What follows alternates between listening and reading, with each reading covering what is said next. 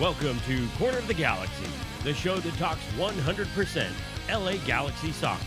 We're glad you could join us. Now it's time to sit back and relax as your hosts navigate through the twisting, turning, but never boring world of the five-time MLS Cup champion, LA Galaxy. Hello, everybody, and welcome to Corner of the Galaxy on cornerofthegalaxy.com. I'm your host, Josh Guesman, flying solo tonight. Fresh off an airplane, I was up in NorCal on business, just got back about an hour and a half, 2 hours ago. Glad I could make it in time for this live show. Glad we have a lot to talk about as well. LA Galaxy traveling to Minnesota coming up. We'll sort of take a look at that game towards the end here, so keep an eye on that one. And then we're also going to talk about the LA Galaxy's win over the New York Red Bulls. A little bit surprising. I'm not going to say that it wasn't surprising. It surprised me. If it didn't surprise you, you probably weren't really paying attention to how bad the Galaxy were up until that point. Looks like a little turnaround for Kurt Adolfo and the LA Galaxy, though, so we'll have a bunch to talk about.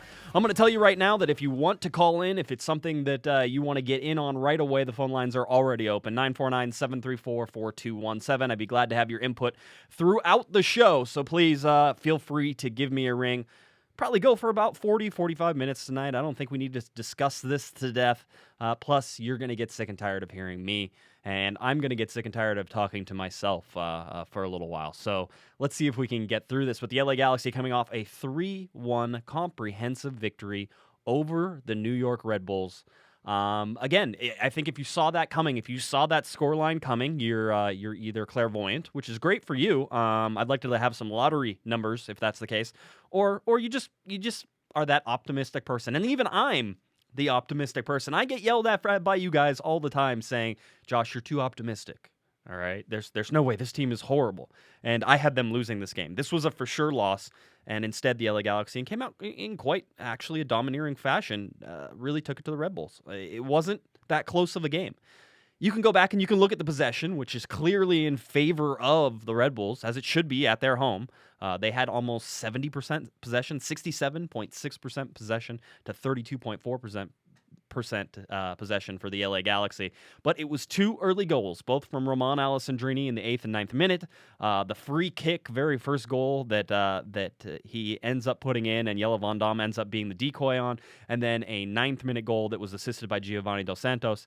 And then Gio gets a penalty kick goal in the 78th minute. The only sort of bright spot for the Red Bulls there was was in the 3rd minute of stoppage time, I should say.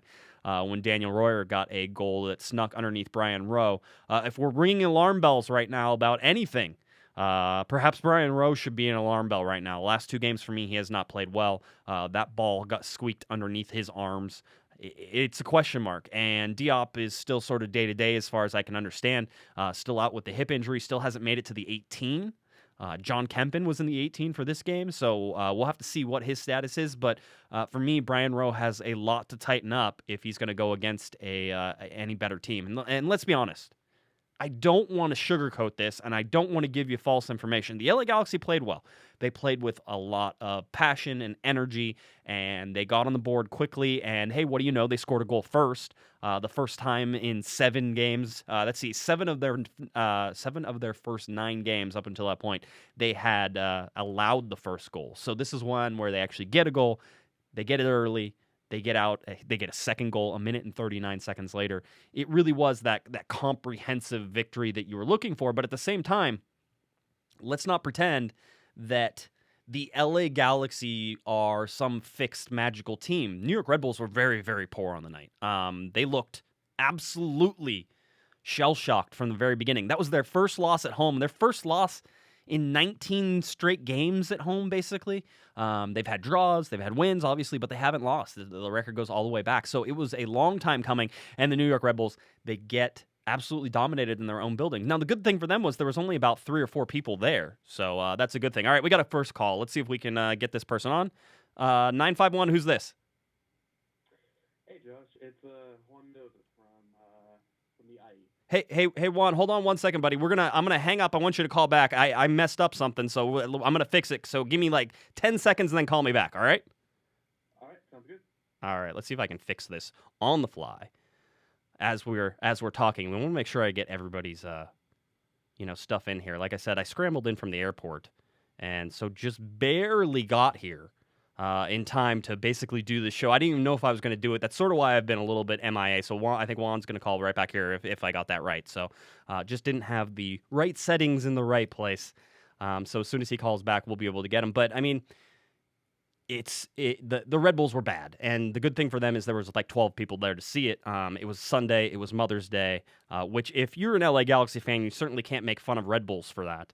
That it's Sunday, that it's Mother's Day, and then it was also retiring Derek Jeter's number night in New York. And so if you add all those things together, you can certainly understand why there was nobody there. But at the same time, this attendance thing is starting to be a little interesting. And we talked about teams sort of pandering to the national agenda and exactly what that means in terms of attendance and sort of how that all comes in. But let's see, go back to the phones now. 951. Who's this again?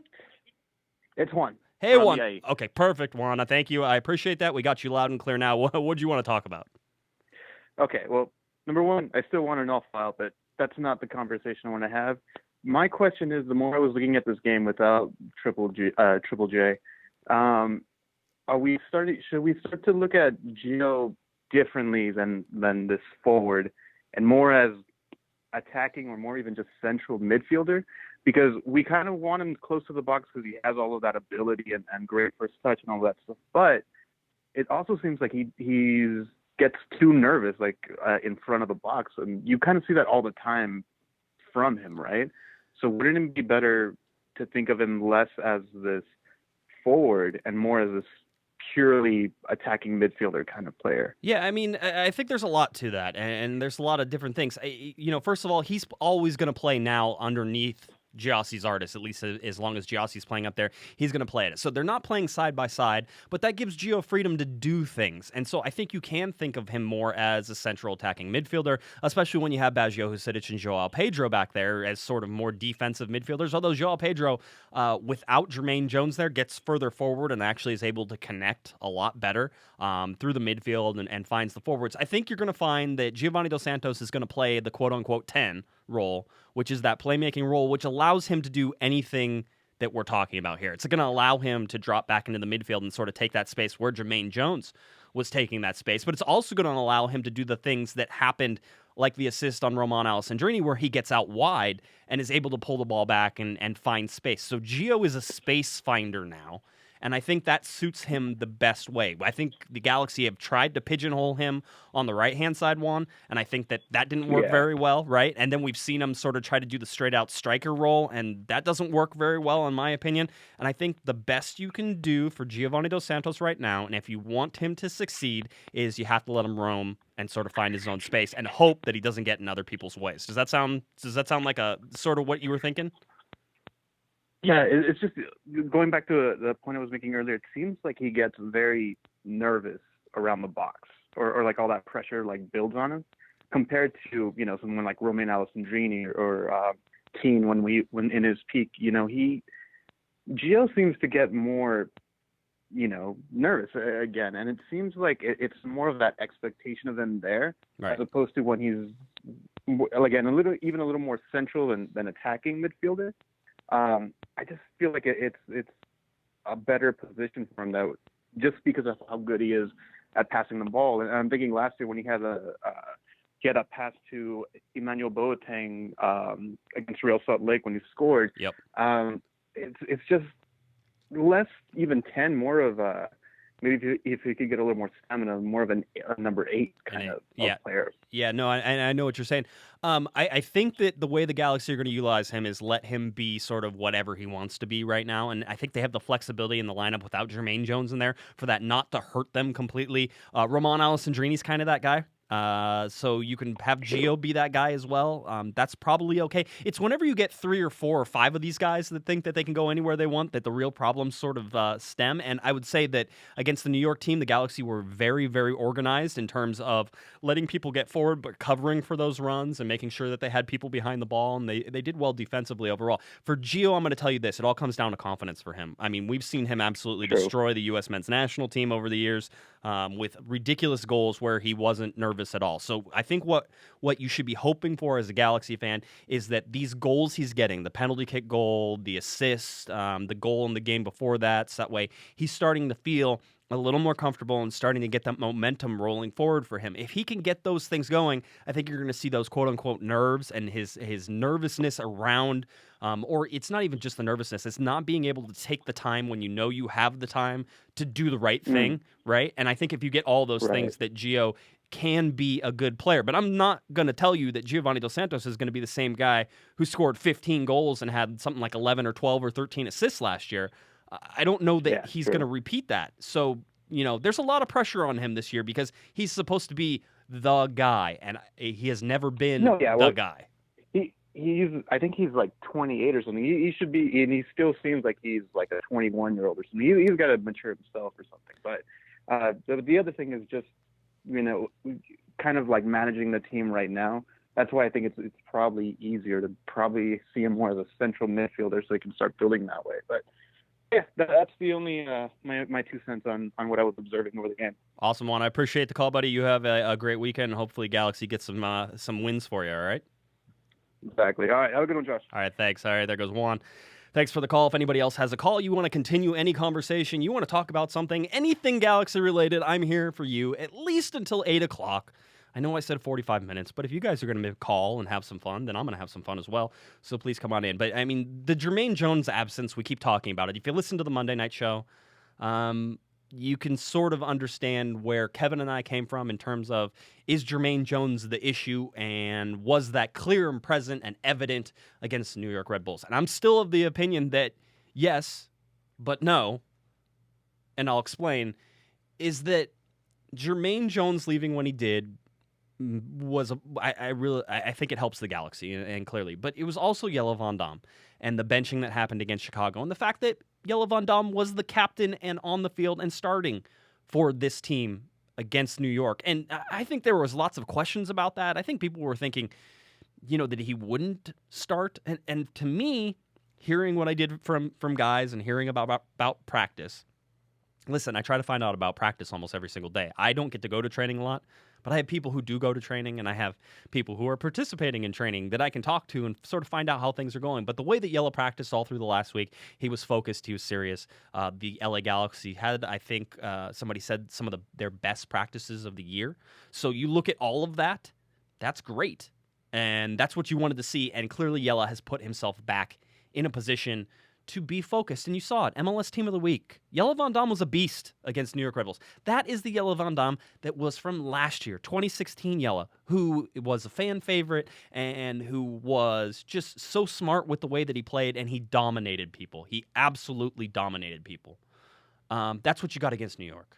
That was the performance. And if you want to get upset at Kurt Onalfo for benching Jelle Van Damme when he did, granted, I think it was probably too late in terms of how many games it took and all these things, but don't get mad at Kurt Onalfo. Get mad at Jelle Van Damme because he had not been pulling his weight up to this point.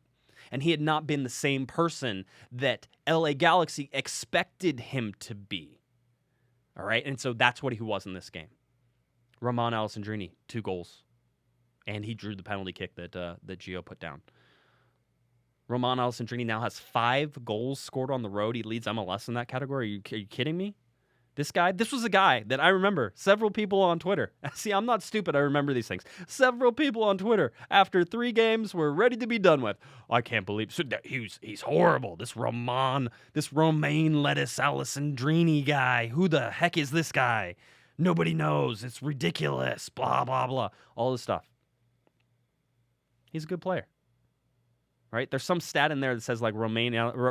See, now I'm saying Romain. I screwed it up once, and now I want to go back. That Romain Alessandrini has the same number of goals through his first 10 games with the Galaxy as Landon Donovan did. They're the same. So it's interesting. Clearly, I'm not saying they're the same, but the LA Galaxy got something like this. If you want to yell and scream about the coaching and the talent, or excuse me, the scouting, about how they didn't get a good player in Joao Pedro and they spent all this money too. That's fine. You have the right to do that. I agree. But you have to admit also that they got it right with Romain Alessandrini.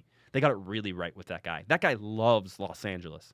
There are two guys on this team right now that love Los Angeles more than you or I or anybody combined, and I love where I live. I love living, in Southern California and all this stuff. There are two guys on that team who were not born in this country who love Los Angeles more than anything you know, and those two guys are Jelle Van Damme and Ramon Alessandrini. I don't know if you could ask for a person or people that love the club, love the city as much as those two guys do. So if you're looking for character guys, if you're looking for people that that bleed, the colors of the LA Galaxy, those two guys are it. And listen, Jelle Van Damme gets knocked because he had a poor start to the season, and he may have been one of the reasons the locker room was having problems.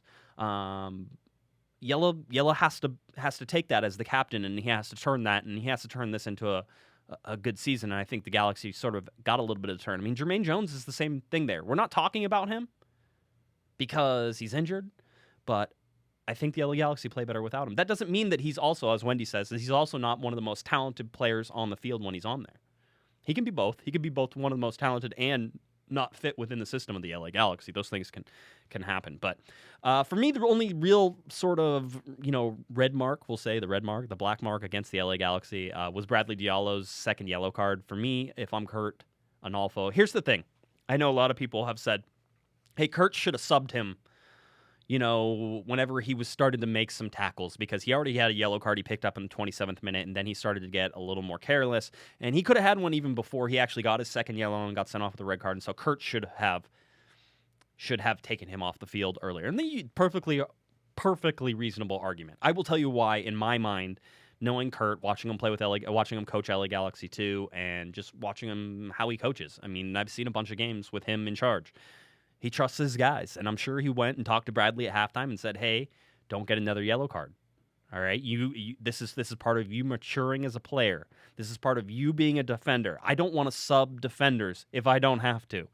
So I need you to do this. So I'm going to need to sub the guys who are in front of you. I'm going to need to sub the midfielders. I'm going to need to sub those guys. So you have to learn how to play with a yellow card." And he didn't do it. And so a failure on Kurt Analfo not to pull him out? Yeah, you could say that. The bigger failure, Bradley Diallo. Again, understanding the game. He's young. He's going to learn. But now you don't have him against Minnesota United. And Diallo had a very good game against the New York Red Bulls. Remember, that right back role is going to get attacked over and over and over again. It's on the weaker side of the LA Galaxy defense. That's the side Steres is on. Steres and Diallo, or Steres and Nathan Smith, or Steres and Rafa Garcia are a weaker duo than Jelle Van Damme and Ashley Cole. This is like basic stuff. I know some of you are just threw something at the radio or however you're listening. You threw your phone across and say, "Josh, this is elementary stuff. I know what it is." No, but I'm telling you, some people don't understand that. They're going to get attacked. It's one of the reasons that Diallo led the club in tackles over the last 2 or 3 games. All right, because he was constantly under attack. So he needs to get better. That's unacceptable from him, and he's young. He needs to learn from that, and he'll have the next game off. And if we're looking at who's going to replace him, I think the obvious choice right now is Nathan Smith. Nathan Smith, not as much speed, doesn't have as big a physicality as Diallo. Diallo has some great creativity, by the way. On that right-hand side, too, the LA Galaxy are going to miss him. I mean, this is the right back argument that we've been having since forever. But they're going to miss him not being in this lineup. Nathan Smith coming in, I think Nathan Smith has a chance to step up and win some more starting time if he can do well in this. Kurt is all about that. I understand how that is. But yeah, the New York Red Bulls game, and before we move on and sort of, put this game to bed, I want to say it's one game. One game. This LA Galaxy team has been very bad over the first 11 games. They had their slowest start ever through 9 games. They've only played 10 games. I already gave them the other game against Minnesota. But they had the slowest start they've ever had in the last 10 years in 9 games. The win gives them 11 points in 10 games, which matches them with the 2009 and 2012 seasons. Both of those seasons turned out okay for the LA Galaxy. 2009 was tough, but still, it got to where you wanted to be. That was the penultimate game. Am I saying that this is what this team is going to do now? They're going to make a run to the MLS Cup? Yes, of course. Of course. it's just one of these things that's you're going to have to keep an eye on. It is. We will continue to update charts. If you go to cornerofthegalaxy.com, you can see where our charts are. You can see all of our stuff that's there. It's one of those things that if the Galaxy can get another road win, which we're going to start talking about this Minnesota game, if they can get another road win, things change on that chart really quick. The LA Galaxy are just very, very, very edge out of the playoff spot right now. And if I would have told you that 3 weeks ago, you would have called me crazy. But LA Galaxy are in 7th, just one spot, 2 points back behind Vancouver. They're right on the edge of being back and actually a competitive team. And I will tell you that in the last 3 halves of soccer, the LA Galaxy have been a competitive team. Look at the Philadelphia Union. Didn't win a game all year, have won like 2 or 3 in a row now. All right, you're starting to see this league. The league likes to regress to the mean. It likes to fall back. You get teams that start out real quickly, and then they fall back. And you get teams that start out real slow, and they seem to climb to the center. Everybody seems to meet in the center, and I think the Western Conference is going to be competitive. If you look at Seattle, remember Seattle absolutely obliterated the Galaxy. Seattle's been horrible this year. All right, they just got embarrassed again. So the Galaxy, having only played 10 games, are a little behind the curve right now. So let's watch and see how it's going. I mean, if you want to talk about the other trend or the other thing that's worrying, right? I said, hey, goalkeeper alarm bells. The other thing that's worrying and something we touched on the Monday show was Gyasi Zardes. And what is going to happen in that development there? That has to start producing some goals. That combination of Gyasi Zardes and Giovani dos Santos has to start combining to score some goals for the LA Galaxy. LA Galaxy without a goal from the run of play from a striker this year through now 10 games. That is a big deal. That is a worry thing. All right? That's one of these things you want to worry about. Not any striker that they've put on has been successful in that striker, in that 9 role, anywhere near that. All right? It doesn't matter who it is. So we ask, and we have been asking, is it the player? Is it the system? What is going on that the strikers can't score goals? You look at people like Emmanuel Boateng and Roman Alessandrini, there seems to be lots of space for those guys. You know, at what point are the LA Galaxy just running decoys out in front of everybody? Is Gyasi Zardes just a decoy? He needs to start scoring goals. I will certainly tell you this. His form has not been up to standard. And yes, he was injured. Yes, he didn't play since August of last year. But now he's got, 5-6 games under his belt now? You need to start seeing some progression. I'm not sure we're seeing that progression. He looks like he's in better shape. It doesn't look like a shape issue. It looks like he still has the speed. It looks like he still has some strength, but his finishing isn't there. And that's something that you should be worried about with the LA Galaxy right now. And can he turn it around? Absolutely. He starts scoring goals against Minnesota, it's, all forgotten. That's how these things work, especially with strikers. You get them going, you can get something to bounce off Gyasi Zardes and go into the goal. I don't care how it happens. All right? I don't care if Roman Alessandrini is 6 yards away from goal. He shanks it sideways. It hits Gyasi right between the eyes and goes into the goal. Gyasi isn't going to care. The LA Galaxy aren't going to care, but get this guy going. Something needs to happen here. And by the way, if I'm Giovani dos Santos and Roman Alessandrini draws a penalty kick inside the box and he's sitting on 2 goals, I let him have the 3rd goal. That's just me. Just me. All right? Hey, maybe I'm just on something. Maybe I'm not a striker. Well, everybody knows I'm not a striker. All right. Maybe on this show, I'm the striker. Am I the 10 on this show? I'm just like a solid 6, aren't I? Story of my college career right there. Just a solid 6. But anyway, it's about getting these guys going. It's the same with Giovani dos Santos. Let's make something happen for the run of play now. It's time. All right. Gio needs to be the guy who scored 15 goals last year. Otherwise, the LA Galaxy aren't going anywhere. They're not going anywhere like soon. It's gonna stall out. You can find Roman Alessandrini. You can mark him out of the game. Just because the New York Red Bulls couldn't do it doesn't mean that other teams haven't figured it out. People in the chat room, Scott says Josh looks like a goalie. I did play goalie, Scott, so it's because of the face. I look like I get hit in the head a lot. Is that it? Probably true. But yeah. There are other guys on the bench that can start helping out. Yes, Jack McBean. Go ahead, yell at me all you want. I don't care. I think somebody said, how could I ever recommend Jack McBean after his 8 minutes on the field against the New York Red Bulls? Really? Your team's winning 3-0, and you're going to judge a striker when he's supposed to be holding up the ball, getting in the way, and killing off the clock. Let's get these guys some minutes. Let's get Jack McBean in there. Let's get that Jack McInerney. You're not spending a ton of money on him. Give him a chance. Roll him out. Let's see what happens.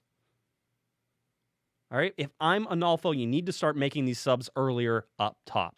All right? Gyasi Zardes gets 65 minutes. 70 minutes max. Let somebody else get in there and start developing a rhythm with the rest of these guys. Because if Gyasi's not producing, it's time the LA Galaxy start finding somebody who can. And if the combination with Giovani dos Santos just doesn't work, hey, Gyasi can come back and play midfield somewhere. Right? Means you're going to have to take somebody else off. Maybe Roman goes up and plays striker. I don't care. Need goals from the striker position. Midfielder goals are great. But there's only one guy who's really scoring on this team. It's been spread out over everybody else. I mean, there's more than that. But Roman Alessandrini has been the star of the season. Somebody said, where would the LA Galaxy be without Roman Alessandrini? My reply was 11 points less. I think that's pretty fair. If you don't think Roman Alessandrini has had that level of impact on this LA Galaxy team in 2017, then you're not paying attention. All right? And that's your job as fans, pay attention. That's what I do as a reporter. I pay attention. All right? So there's your homework. Who's going to score for the LA Galaxy besides Roman Alessandrini? Figure it out. All right, let's move on. We talked about it. We had fun. We did it. All right, New York Red Bulls, blah, blah, blah, blah, blah. I will say this, shots on target, 6-4. Remember all that possession that was totally slanted on the way of the New York Red Bulls? Not in shots. And 6 shots on target for the LA Galaxy. Look at those guys actually putting something on frame. Most of the time, it's like 3 shots, 4 shots total, and one of them hits the frame. Shoot more. Shoot on frame a lot more. Ball goes in. What do you know? Let's go to LA Galaxy team news. Giovani dos Santos was named to the preliminary Mexico roster for the June matches, so the World Cup qualifier versus Honduras and the United States, and also the 2017 FIFA Confederations Cup as Mexico goes as the CONCACAF representative. He will join the Mexican national team June 4th. That is after the June 3rd DC United game. And then there's an international break. Yay, break. No soccer. Boo. Well, there's international soccer, so I guess we can't really complain. Realistically, the Galaxy don't come back and play until June 17th versus Houston Dynamo, where the wonderful AJ De La Garza will return to StubHub Center for the very first time. All right, good news, bad news. I want to know what you guys think. This is a good question. You guys should call in on this one right here. I want to know what you're thinking. The LA Chargers, who have made StubHub Center their temporary home for 2017 and 2018, have now signed on for a third NFL season. They will be there until 2019, and this is because the new stadium that they're building, that the Rams are building and that the Chargers will then inhabit with the Rams, is now not going to open until 2020. You guys want to talk about construction for a second? All right. Not ready until the summer of 2020. Expect that to slip again. All right. You're talking to somebody who actually, this is actually one of my expertises. All right. This is what I do. So I'm in construction. I'm telling you right now that when you're talking about projects of this scope and this size, that dates move very, very easily. All right. It's not hard. It's not hard to be delayed. It's not hard to be stopped, especially in the city of Los Angeles, where it seems like every governmental entity wants a piece of the project and to slow it down. That is really what their job is in almost 100% of the time. So expect that. I will say this. LA Galaxy, StubHub Center, and Chargers, all this investment that's come in. Basically, $35 million has been invested in StubHub Center since 2013. That included that giant scoreboard that they can never seem to quite get the aspect ratio right, or there are so many ads on it that you have the same amount of screen size as you did with the old one. There's just my opinion if you think I'm wrong. But the Chargers now coming in. All right, good. See, this is what I like. This is what I like. All right. Let's see if we can get a call in here. 310, who's this? This is Ronnie from Long Beach. Hey, Ronnie, can you turn down your radio there so that way we make sure we don't hear anything in the background? Yeah. Awesome. All right, what do you got for me? I want to talk about the Chargers or whatever football team that's supposed to be playing at StubHub Center. Yep. Tell me, what do you think? Good, bad? I mean, I'm thinking that bad is the way we're going here, but maybe you can surprise me. Go ahead. Definitely bad. StubHub is the Galaxy Stadium soccer specific. They're going to rip up the grass. It's going to be lines and shit everywhere. It's just, I know it's going to be extra money, but with all the Coliseum, all the stadiums that we have in LA, I don't know why they would choose StubHub Center. Yeah, I think it's going to be bad for the Galaxy. Yeah, listen, I'll tell you this. If we want to be optimistic about it, the LA Galaxy and AEG are getting a ton of money for this in terms of the Chargers. So I'm hoping, and you've seen some of it, they are going to invest back in the stadium, so you're going to get some upgrades. But I think you're right. I mean, this is now. It is a soccer-specific stadium, and we'll say that in quotation marks, all right, because it is. But they've always played high school football there. They've always had special events. We've seen that. No problems. That's fine. But when you're talking about an NFL team, I mean, if you get into October and it rains a little bit, which it's Southern California, that could happen, and they play one week, are you telling me that grass is going to be in perfect condition for the next week? Because right now they have it all set up so that way the LA Galaxy play the night before every Charger home game where they're butted up against each other. All right, so it gives them the full week.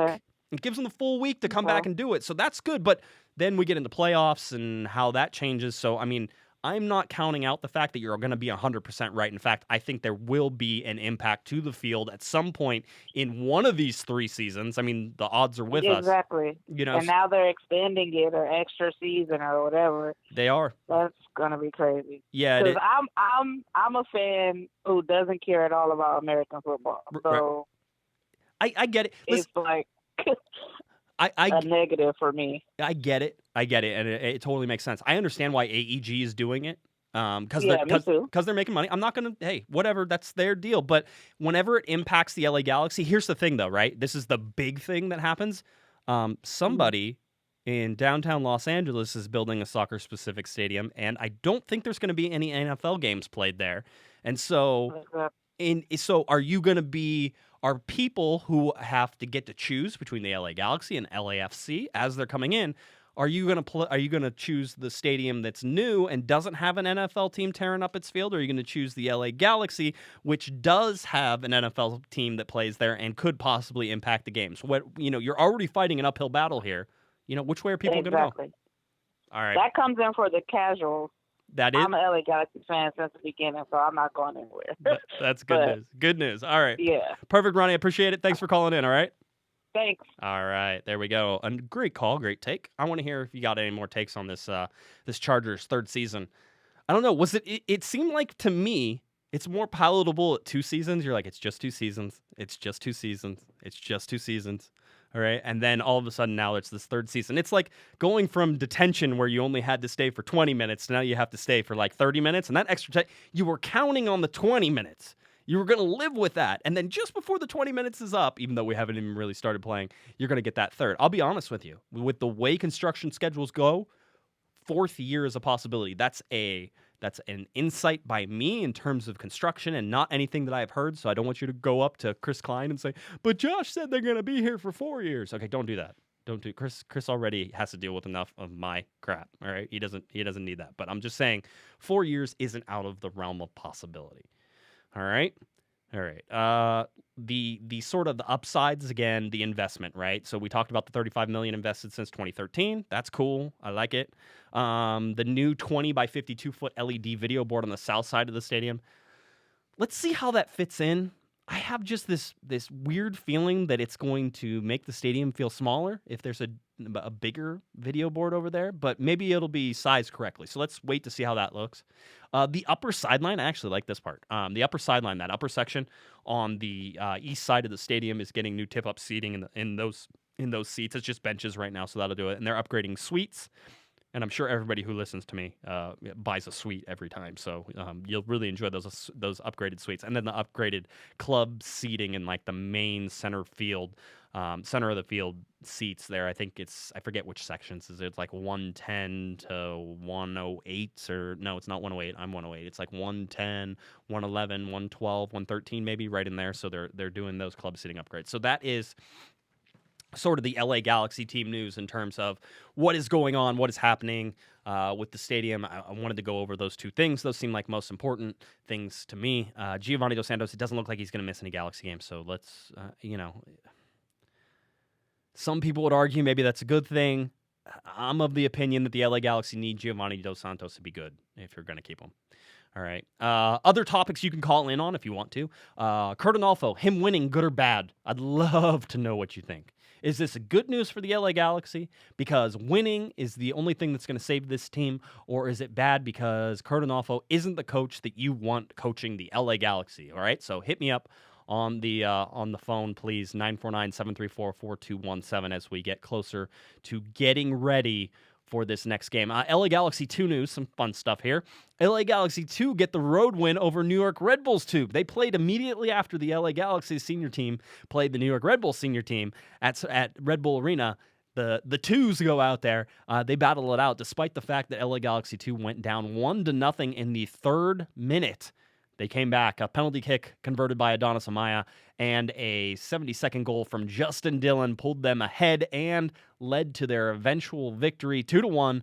I don't remember the last time both LA Galaxy 2 and LA Galaxy won, and not only that, but that they traveled together and played on the same field, and all that stuff happened. And so some really good stuff there. They got outshot, but they put more shots on target, so they were better with their shots. It's some good things. LA Galaxy 2 head coach Mike Munoz said on the team collecting 3 points, I quote, "I'm really, really happy for the team. Obviously, it's been a tough couple of weeks. We asked for a response. We asked for a reaction. Even going a goal down, the boys fought for 90 minutes, and we thoroughly deserved to get the 3 points today." On what he told the team at halftime, he said, "Stick to the game plan. We felt that because of the way the Red Bulls try to press, we needed to connect that first and second pass out of transition. But most importantly, if we can connect that first and second pass and we can move forward, we really think we can hurt them." And you saw it with the number of times we were able to get in behind today, and it was all because of that ability to play out of transition forward. Do you see a trend developing here in terms of how the LA Galaxy senior team play and how Mike Munoz down at LA Galaxy 2 plays? Are you starting to sort of feel that going? By the way, the LA Galaxy 2 started a lineup that had an average age of 19.7 years. 19.7 years. They're starting the kids younger. They're starting them in a place where they're overmatched. I mean, you look at some of these other teams, these are professional teams they're playing against. All right, and they're getting a professional education. Some of these kids are academy kids, 16, 17 years old, coming in and playing professional soccer. This pays off in the end. All right, we argue about the development league and how things develop in the United States and whether or not the United States is doing it correctly. If you're worried about results in leagues and academy games, if you're worried about results in LA Galaxy 2 games, you're missing the point. The point is to develop players. All right, to develop players, to develop that number 10, to develop that number 8 for your team, to develop the 9, the striker. You need to develop these guys, and sometimes that means going out there and letting them lose. Yes, letting them lose, learning how to do it. Watch LA Galaxy 2 and what Mike Munoz is able to do. All right, let's go to the phone lines again. 805, who's this? What's up, Josh? This is Scott. Scott, buddy, how are you doing? Good. I wanted to comment on the Onalfo discussion you kind of brought up. I personally don't think he's done a bad job. He, a coach in MLS, he didn't build this team. He is only playing the hand that he's been dealt. And I feel like all the player personnel decisions on the field have been kind of, immaterial. Like Diallo versus Rowe, fine. Diallo versus Garcia versus Smith, fine. I feel like all those are washes. Maybe, playing, doing that weird thing with Gio up top and Zardes behind him is kind of weird, but I think that's more of a product of just not being able to trust Gio to be kind of consistent. But pulling Van Dam was the best thing that Onalfo could have done, and, he did that. He had, the balls to step up and stand up to his team. I think the other thing he can do is really, sit down Jones and Gio and Van Dam, when Jones is healthy and, kind of lay out, define specific roles that they have to follow and have to execute. And if they don't, then pull them out.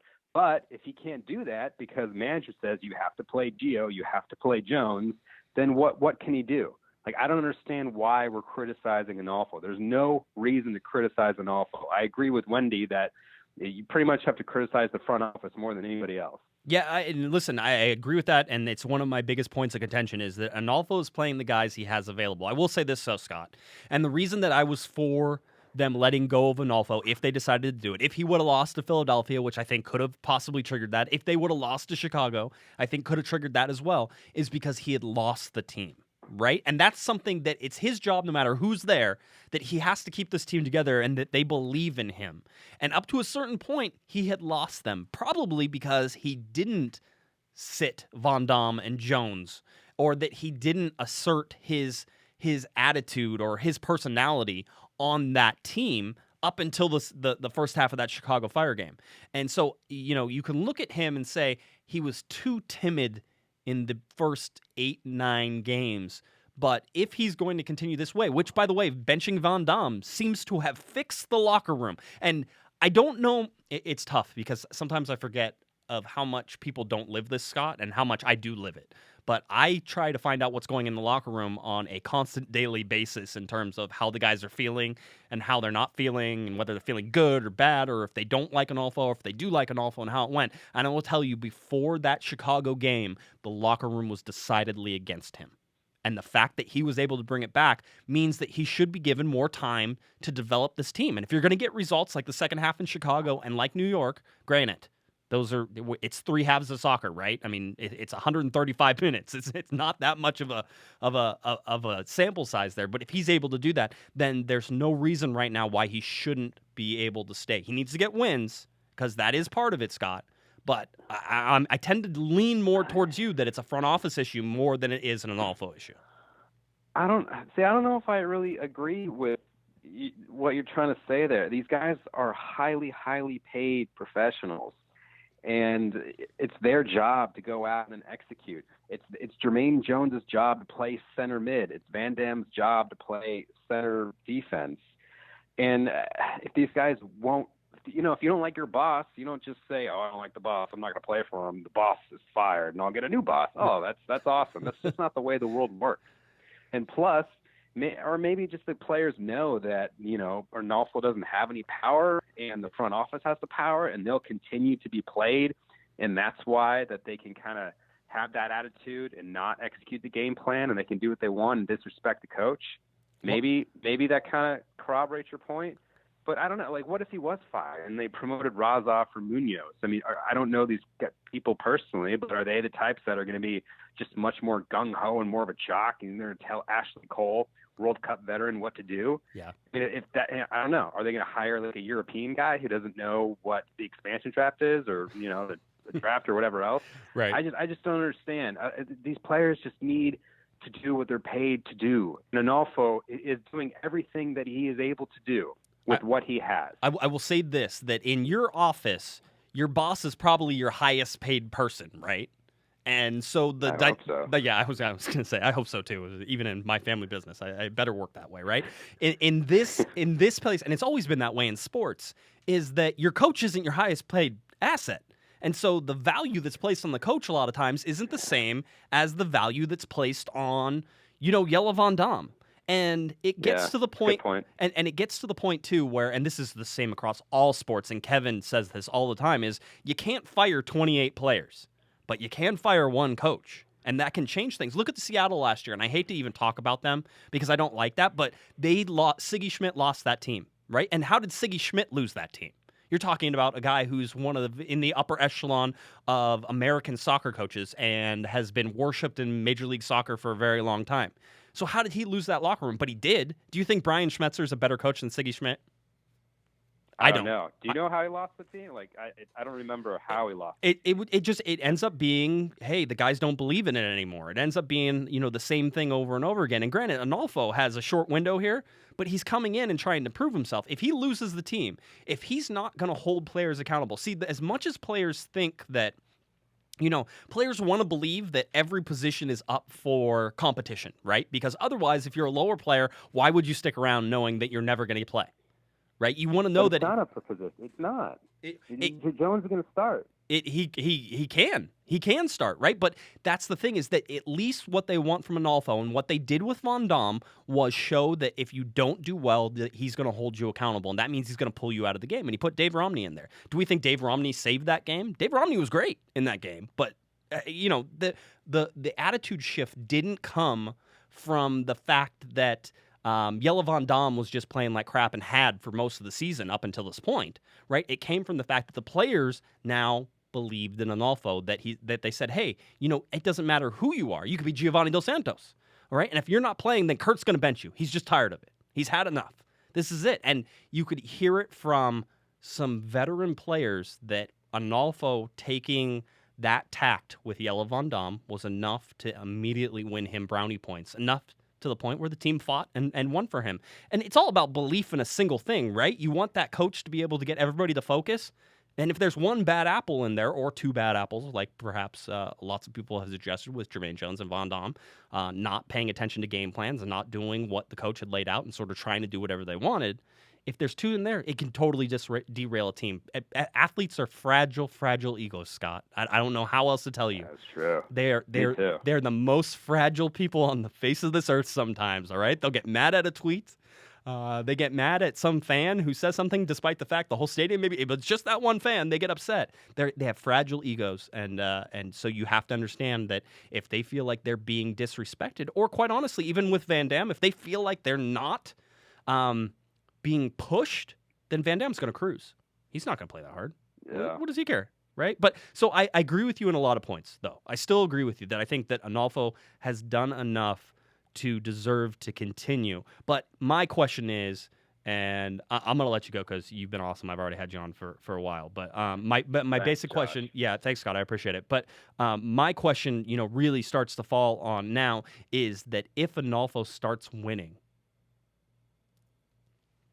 what does that mean for the LA Galaxy? Are you guys still convinced that he's not the coach for the LA Galaxy and you want somebody else? Does winning just delay the problem? I mean, these are the questions that you have to ask. I will tell you right now, the best thing for the LA Galaxy, and you can't argue this, I'm right. It's great. It's great. First of all, I don't have to take any more calls, so I can be right however I want to be right. So I'm going to tell you I'm right on this, is that if the Galaxy start winning and they start doing things that keep this team going, and they're successful under Analfo, and this plan that the front office laid out at the beginning of the year falls through, and it's exactly what you need, and the LA Galaxy get in the playoffs, and they make their run, and they head towards MLS Cup. If all of that happens, that's the best thing that can happen for the LA Galaxy, because that means you're not rebuilding, you're not starting over, you're not having to reload or do anything else. That's what that means. That's the best scenario, is that Curt Analfo is ridiculously successful, and he's the second coming of Bruce Arena. That's what...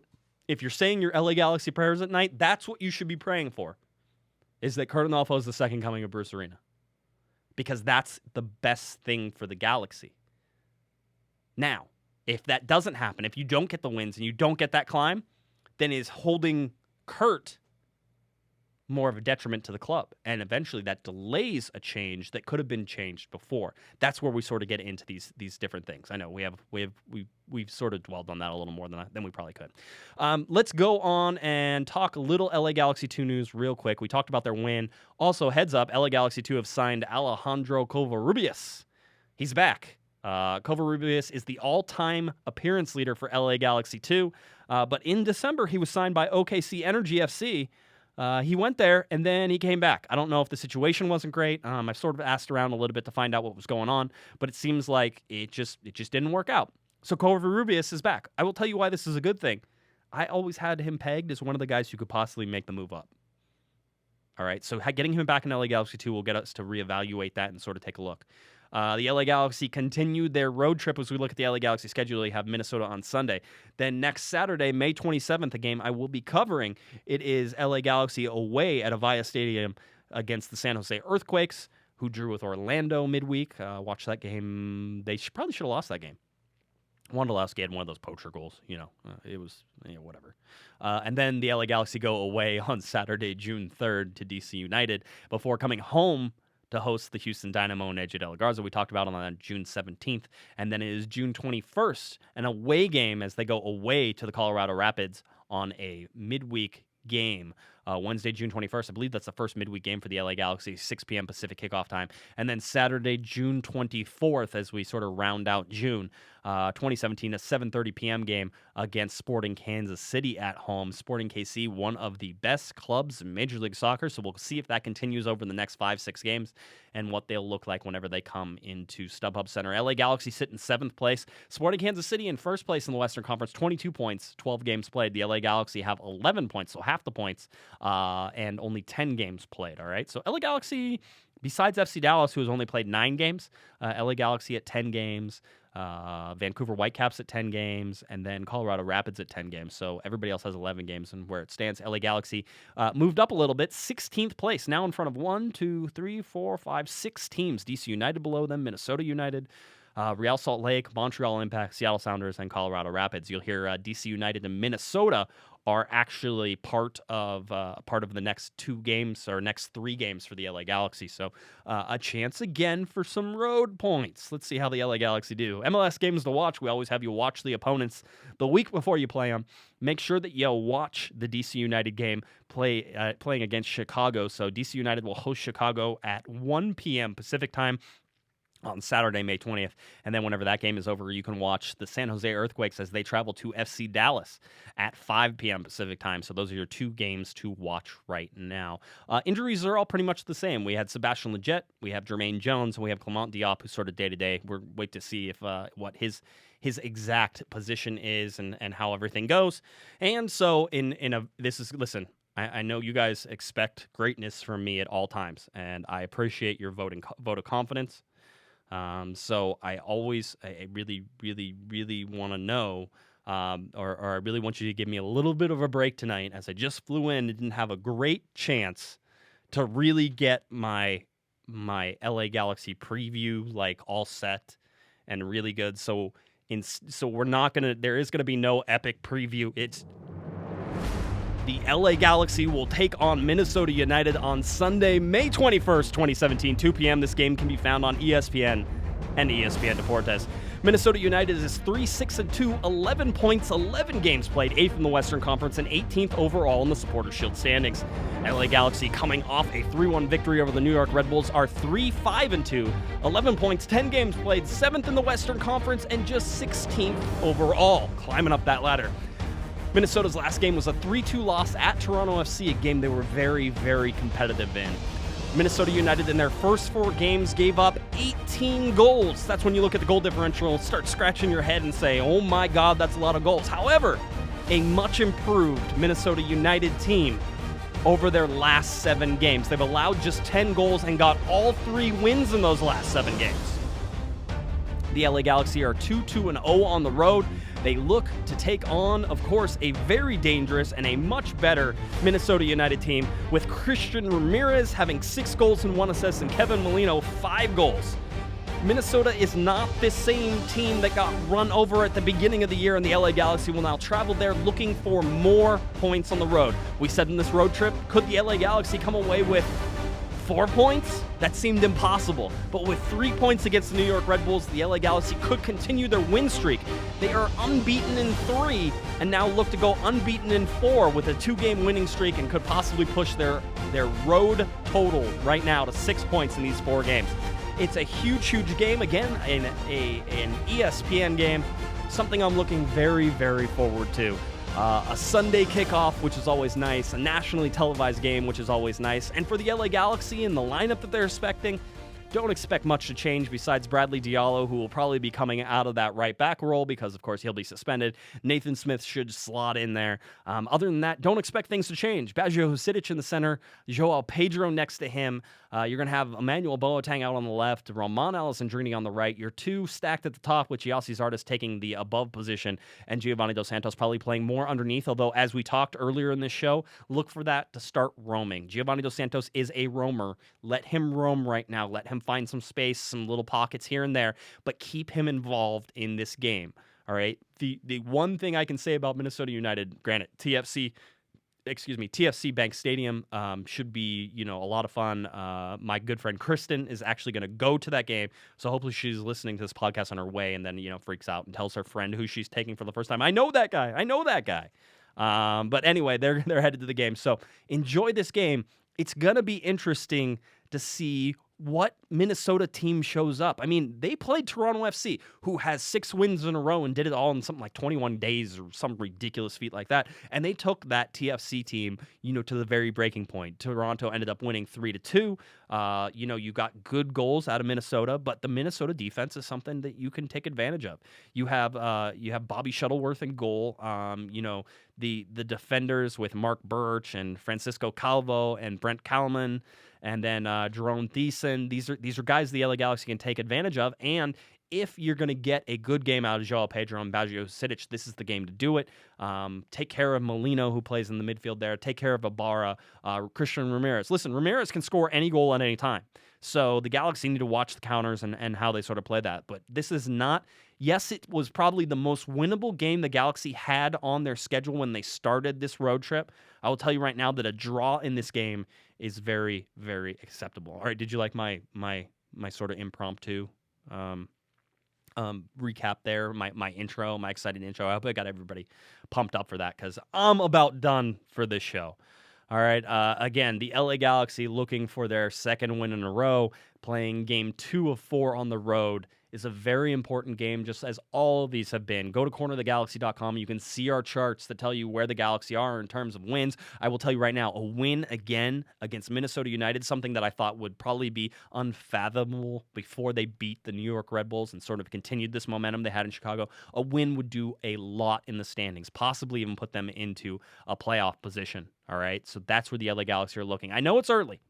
I know it's going to be 11 games after this Minnesota United game, and I know that you're saying, Josh, the playoffs, being in a playoff position doesn't matter. But for a team that was much maligned about being as bad as they were because they were awful, and as low as they were in the standings, to even sniff that red line right now means a lot. It means a lot to them. It means a lot to fans. It means a lot to, the job stability of Curt Onalfo as well. So all of those things sort of combined really are important for this LA Galaxy team right now. It is all about mental attitude and work rate. The LA Galaxy can outwork any team right now. They're young enough to do that.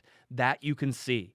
So let's see them outwork Minnesota United on the road. Again, don't expect them to have a bunch of possession, but at the same time, Minnesota likes to play a countering attack.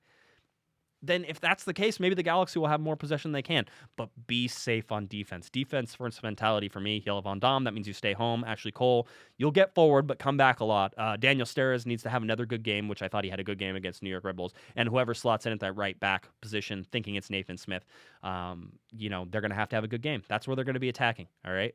All those guys that we talked about, the dangerous guys from I was going to say Orlando, Minnesota United, you want to get them, and they're going to watch them funnel towards the right side of the LA Galaxy defense. Watch them go after Smith and Steres on that right-hand side. And then cut the ball back and try to find some space above Van Dam and above Steres, all right? All right. Did we have fun? Did we enjoy it? Did this hour-long conversation go just so much faster than you ever thought it would be? I had a great time. I don't know about you. It was fun for me, all right? So what we're going to do, we're going to get out of here. Thank you for joining me on this solo edition. I always think these are going to be difficult, and you guys always pull through and do some really great things for me. So everybody in the chat room, thank you. Everybody who tweeted at me, thank you. I'm going to try to stay alive. I am actually back on an airplane tomorrow morning, so I'll be watching this next game on Sunday from Denver. I'll be back on Monday night, possibly Tuesday night. I think it might be pushed to Tuesday because Kevin's got Ducks hockey again, still covering that. All right. That about does it for me. LA Galaxy face off against Minnesota United, 2 p.m. Sunday, ESPN Deportes. All right, I'm Josh Guesman. You've been listening to Corner of the Galaxy on cornerofthegalaxy.com. Have a wonderful, wonderful day.